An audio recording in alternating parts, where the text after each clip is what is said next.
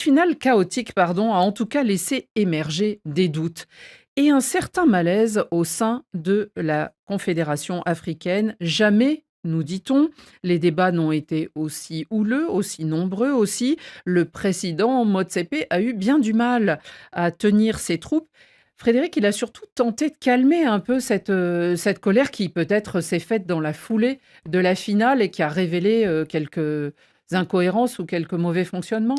Oui, on est un mois après la finale de la CAN, ce comité exécutif qui se tenait à Dar es Salaam. Vous l'avez dit, il y avait des absents, hein, le président de la fédération marocaine, vice-président de la CAF, Fouzi Lekja, mais aussi le secrétaire général, Véron Mosengo, qui lui est prolongé alors que ça fait plus d'un an qu'il a dépassé la limite d'âge. Des présidents de fédération absents, mais en visioconférence. Est-ce que c'est une fronde silencieuse? Il y avait beaucoup de questions qui étaient à l'ordre du jour. On n'est même pas visiblement allé jusqu'au bout de cet ordre du jour. La CAN féminine dans un mois, est-ce qu'elle aura lieu au Maroc? Pas de réponse. Oui, peut-être, sans doute, nous dit Patrice Motsepe. 2027-2028 pour les prochaines CAN masculines, pas de réponse. Enfin, il a noyé un petit peu le poisson dans une conférence de presse fleuve. Avec, il est à l'aise, il communique, il a fait ce qu'il fallait pour ne pas avoir à répondre aux questions. Quand l'heure des questions est arrivée face aux journalistes, il dit, bon, on va se dépêcher, là, parce que ça fait longtemps qu'on discute. Ouais. Et on n'est pas plus avancé, alors qu'il y avait quand même beaucoup de questions qui se posaient. De questions et d'interrogations. Rémi, vous avez aussi cette sensation qu'il y a comme un flou qui découle en fait, alors sans doute de l'aboutissement, mais de plusieurs sujets en même temps, mais dans l'écho, on va dire, ou la suite de la dernière CAN.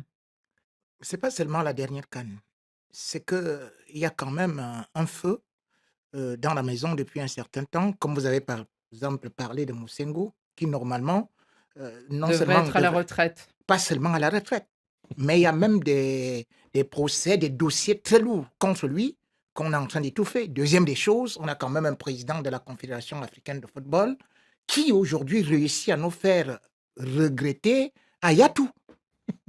Parce qu'on se rend compte qu'aujourd'hui, pratiquement, il a la remorque non seulement d'Infantino, qui ne décide pratiquement de rien, et que finalement, il est totalement absent, et qu'aujourd'hui, la Confédération africaine va à volo. La seule chose qu'il est là, c'est qu'il doit chercher à féliciter tout le monde. Oui, ça va bien, il arrive au Cameroun, c'est la meilleure CAN d'Afrique. Il arrive en Côte d'Ivoire, c'est la meilleure CAN d'Afrique. Et il arrive justement aussi au Maroc, c'est la meilleure CAN d'Afrique. Rémi, c'est un bon élève, parce que la FIFA, c'est pareil. À chaque fois, c'est la meilleure Coupe du Monde de l'histoire. À chaque fois, il y a une surenchère. Donc, il est bon élève. Oui, bon élève, parce qu'effectivement, il y a un proverbe africain, Mais Rémi, c'est vrai aussi. Qui dit que les chèvres ne disent pas que le bouc sent mauvais.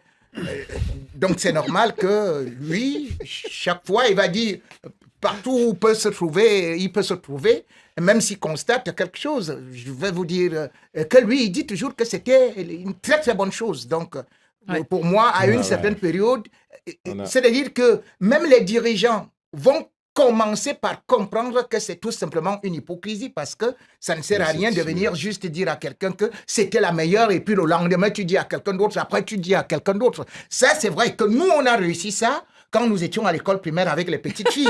Tu lui offres un bonbon aujourd'hui, tu dis que tu es la plus jolie et tu repars voir la petite, tu lui donnes 2 bonbons, tu dis que c'est toi la meilleure et tu repars. Mais par la suite, quand on t'attrape, tu commences à... Voilà. Alors, Eric, c'est vrai qu'on a l'impression qu'il y a un malaise dans cette confédération, et peut-être que ça vient du moment où Patrice Motsepe a annoncé aussi que la CAN ne serait plus tous les 2 ans, mais tous les 4 ans. On a appris, parce qu'il l'a dit le premier jour, juste à la veille de l'ouverture de la compétition, mais que tout le monde n'avait pas participé au débat, où tout le monde n'était pas véritablement prévenu, même si c'était un fantôme qui planait au-dessus de la compétition depuis plusieurs années. Et peut-être que c'est en train de s'exprimer, certains mécontentements. On a toujours l'impression qu'il soigne un peu la vitrine, et l'arrière-boutique, c'est le bazar. Mais c'est un peu ça. En vrai, entre les CAN, c'est toujours le bazar. Dans l'organisation, dans la gestion des championnats, dans la gestion de l'arbitrage, dans la gestion de plein de choses, c'est toujours le bazar. Mais derrière, vous l'avez dit, quand on arrive sur la compétition, c'est extraordinaire. non, c'est pas extraordinaire. Il y a eu beaucoup de débats ce matin sur l'arbitrage. Mais bien sûr. Énormément de débats sur l'arbitrage. Et là, on sait que ça n'a pas été extraordinaire. Et ça existe depuis toujours en vrai en Afrique. C'était pas si mal à la CAN. Alors je sais que je tempère mes mots, mais c'était pas si mal par rapport à ce qu'on peut voir et qu'on peut vivre en Afrique en général sur les matchs, que ce soit de préparation ou de choses comme ça. Là, c'était pas si mal, mais il y a encore une marge de progression énorme. Ça vient aussi du fait que peut-être que Motsepe, son élection ou sa mise en place, on va dire, fait qu'on peut se poser des questions sur la réalité derrière sa pensée du football africain et derrière ses décisions. Soit dit en passant, il n'a pas été élu. Il a été je sais, c'est pour ça que je dis ça. Non, mais c'est pour ça que je dis ça. Et écoutez, voilà, toutes vos candidatures là, il n'y a pas de démocratie ici. Allez, voici celui qu'on a choisi. Le candidat qui directement, il commence aussi à faire les affaires de l'UEFA avec les compétitions. Non, de la FIFA surtout. Les deux. Parce que quand on dit que voilà, il y a deux petits messages qui viennent corroborer là tout ce qu'on dit. Cloivert Mavungu, la CAF est une association d'hommes d'affaires, nous dit-il. Et Boubacar Diallo, c'est lui qui avait envoyé le message en disant je suis le premier. Bon, bah là il se rattrape. Malheureusement, j'ai peur que cette CAN au Maroc n'ait fait que diviser le continent. Et oui, c'est ce qu'on craint. En fait, elle a révélé les fractures. Vous l'avez évoqué en présentation, Annie. Il y a un certain nombre de... Ça a été le révélateur. Oui, ça a été le révélateur de fractures qui étaient déjà sous-jacentes. Voilà. Et en fait, le président Motsepe, qui est un businessman, mais qui ne connaît pas rien au foot, c'est quand même le propriétaire des Mamelodi Sundowns, qui sont un des meilleurs clubs sud-africains. Lui, il voulait appliquer au continent africain ce qui marche en Afrique du Sud. Le problème, c'est que l'Afrique du Sud, c'est un pays très riche, bien organisé. Et c'est pas le standard de vie des autres pays du continent africain, à quelques exceptions près. Donc ils co-gèrent effectivement la Confédération africaine avec les Égyptiens, les Marocains et les Congolais. Les pays riches. Et à l'arrivée, les autres pays se retrouvent un peu marginalisés. Et donc dans la victoire du Sénégal face au Maroc en finale, il y a eu aussi cette revanche des petits pays ou des pays pauvres par rapport à ceux qui dirigent. Et c'est là, effectivement, que cette fracture éclate. C'est parce que le Maroc a très bien organisé la Coupe du Monde. Il faut cette Coupe d'Afrique des Nations. Ils vont pour la Coupe du Monde. On l'a dit, on le répète, c'est un pays moderne et très bien organisé. Ils espéraient la remporter, ce qui est tout à fait cohérent d'un point de vue sportif. Et après, ils ont procédé avec une forme de soft power, en accueillant notamment tous les pays africains qui n'ont pas de stade aux normes pour disputer les éliminatoires de la Coupe du Monde, de la Coupe d'Afrique des Nations. Ils espéraient plus de reconnaissance. Et ils se retrouvent qu'aujourd'hui, ils vivent très mal le fait qu'on les montre du doigt dans un certain nombre de pays d'Afrique subsaharienne, chez les voisins algériens évidemment aussi, parce que eux, ils pensent avoir apporté beaucoup au football africain et il se trouve qu'il n'y a pas cette reconnaissance en échange. Et donc cet axe, Motsepe, Afrique du Sud, la CAF en Égypte, le Maroc avec le président Lekia et le Congo avec le secrétaire général, eh bien actuellement ils sont très contestés par le reste des pays africains. Est plus ressenti comme un Suisse venant de la FIFA que comme un Congolais, si je ne me trompe pas. Alors quand même, l'arbitre de la finale était un Congolais, le président de la commission d'arbitrage est un Congolais, donc quand je parle de co-gestion, je ne Vous avez des arguments. Je ne limite pas. Non, c'est Annie qui a raison. C'est-à-dire qu'on ne le considère pas comme un Africain, c'est plutôt comme, bien évidemment, un cheffaillon suisse sous la peau d'un Africain. C'est-à-dire que Mosengo, ce n'est pas exactement ça. En tout cas, il venait de la FIFA et c'est ce qu'on retient. Patrice Motsepe a donné quand même certaines réponses.